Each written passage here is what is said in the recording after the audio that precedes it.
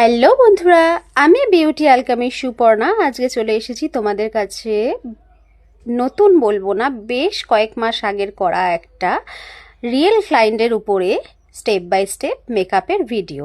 এই মিষ্টি নন Bengali reception ব্রাইডটি আমার কাছে সেজেছিল, তো তার কিছু ভিডিও আমি করে রেখেছিলাম, কিন্তু প্রচণ্ড ব্যস্ততার কারণে ভিডিওগুলো আর আমার ফেসবুকে পোস্ট করা হয়নি। না, ফটো ট্রানজিশন ভিডিওটা পোস্ট করেছিলাম তখন, কিন্তু যেটা স্টেপ বাই স্টেপ মেকআপের ভিডিও সেটা করা হয়ে ওঠেনি। তো সেটাই আজকে তোমাদের কাছে তুলে ধরার চেষ্টা করলাম। এরকম অনেক ভিডিও, নিজেরও করা কিছু ভিডিও আছে, নিজের উপরে করেছি, প্লাস তার সাথে ক্লায়েন্টের উপরে করা অনেক ভিডিও আছে যেগুলো ঠিকঠাকভাবে তোমাদেরকে পোস্ট করা হয়ে ওঠেনি। মানে শুধুমাত্র ব্যস্ততা, প্রচণ্ড ব্যস্ততা, মানে এইসব নিয়ে মেকআপ, তারপরে আদার্স আমার কিছু বিজনেস আছে যেগুলো নিয়ে প্রচণ্ড ব্যস্ততার কারণে প্রপারভাবে পোস্টগুলো করা হচ্ছিল না। তো যাই হোক, আজকে আমি আমার এই মিষ্টি রিসেপশন ব্রাইডের ভিডিওটা তোমাদের কাছে শেয়ার করলাম স্টেপ বাই স্টেপ। তো কেমন লাগলো আমার এই মেকআপটা অবশ্যই জানাবে কিন্তু বন্ধুরা।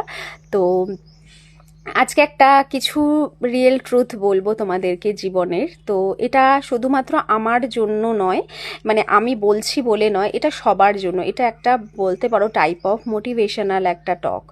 জীবনে যদি তুমি কোনো কিছুর প্রতি প্যাশনেট হও, তুমি সেটা পাবেই। চেষ্টাটা তোমাকে রাখতে হবে, মনে সেই জোরটা রাখতে হবে, আর তোমার উদ্দেশ্যটা সৎ হতে হবে। তাহলে দেখবে তুমি সেই সৎ উদ্দেশ্য নিয়ে প্রপার ওয়েতে তুমি এগিয়ে যাবে। এটা আমার বিশ্বাস, কেননা এর কিছুটা রাস্তা আমি এগিয়েছি। যেহেতু আমি এই যে কথাটা তোমাদেরকে বলছি সেটা আমি ভীষণ মানি, আর এই কথাটা অ্যাকচুয়ালি আমার মেকআপ রিলেটেড, যেহেতু আমার বিগিনার্স মেকআপ আর্টিস্টদের উদ্দেশ্যে এই কথাটা। তো আমি বরাবরই সাজতে গুজতে ভীষণ ভালোবাসি। ছোটোবেলা থেকেই আমি সাজগোজের প্রতি প্রচুর আমার মানে একটা ন্যাক। শুধুমাত্র মানে আজকে এসে আমি মেকআপটা শিখেছি বলে আমার ন্যাক তা নয়, আমি বরাবরই ভীষণ প্যাশনেট এইসব ব্যাপারে। তো যেহেতু এইসব ব্যাপারে ভীষণ প্যাশনেট ছিলাম, তো সেক্ষেত্রে ডিরেক্টলি সুইচ করলাম মেকআপ আর্টিস্ট হব। তো যেরকম ইচ্ছা সেরকম কাজ না, প্রপার লেভেলে, সেই লেভেলে আমি এখনও সেই আর্টিস্ট এখনও হয়ে উঠতে পারিনি, তবে চেষ্টাটা আমি চালিয়ে যাচ্ছি এখনও, মনে ভয় না রেখে এক নিঃশ্বাসে সঠিক উদ্দেশ্য নিয়ে এগিয়ে যাচ্ছি। একটা না একটা দিন আমি জানি আমি সেই জায়গাটা অ্যাচিভ করতে পারবো, আর আমার মতো যারা চলবে এভাবে তারাও একদিন ঠিক এই জায়গাটা অ্যাচিভ করতে পারবে।